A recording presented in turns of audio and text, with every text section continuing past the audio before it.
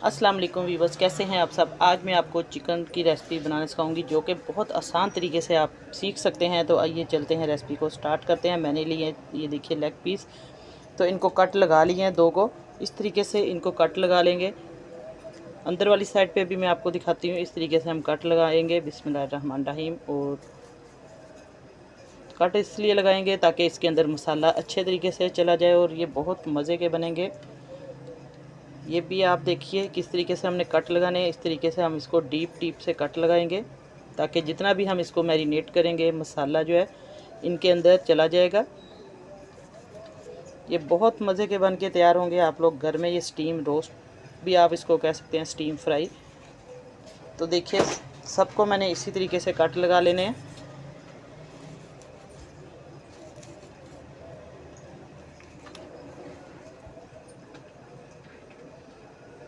ये देख सकते हैं इनको सबको हमने अच्छे तरीके से डीप कटिंग कर ली है इनकी। और अब इसको हम सबसे पहले तो लीमू लगाएंगे। लेमन जूस है मेरे पास। इस तरीके से सारे के ऊपर हमने मैरिनेशन करनी है लीमू से। और इसके साथ हम नमक लगाएंगे। तो अब मैं इसके ऊपर 1 चम्मच नमक का डाल दूंगी। इस तरीके से हमने लीमू और नमक लगा के इसको रख देना है।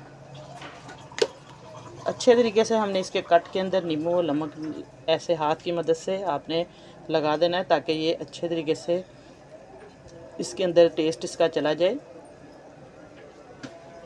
तो बस अब इसको हम रखेंगे 20-25 मिनट मैरिनेट करके नमक और नींबू लगाकर।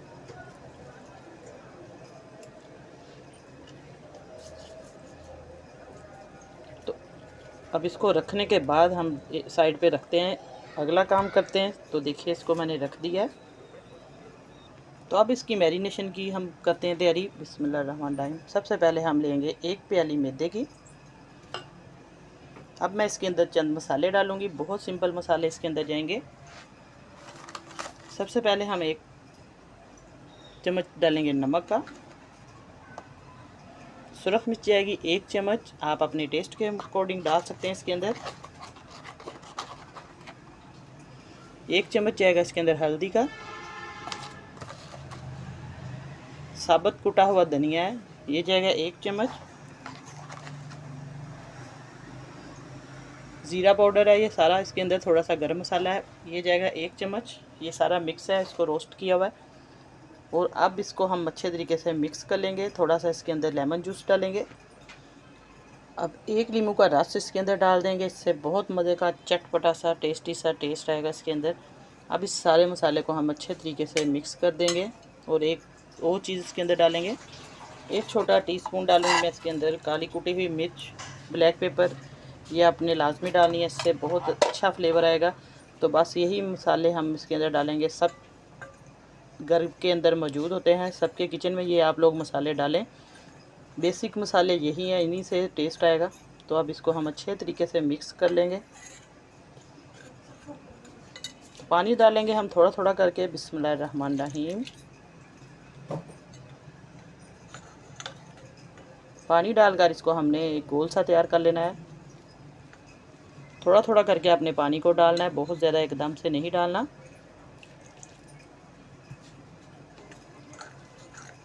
और रेसिपी को पूरा देखा करें एंड तक ताकि आपको रेसिपी की समझ आए और आप भी अच्छे तरीके से पूरी रेसिपी बनाकर खाएं और इंजॉय करें, अपने बच्चों को बनाकर दें।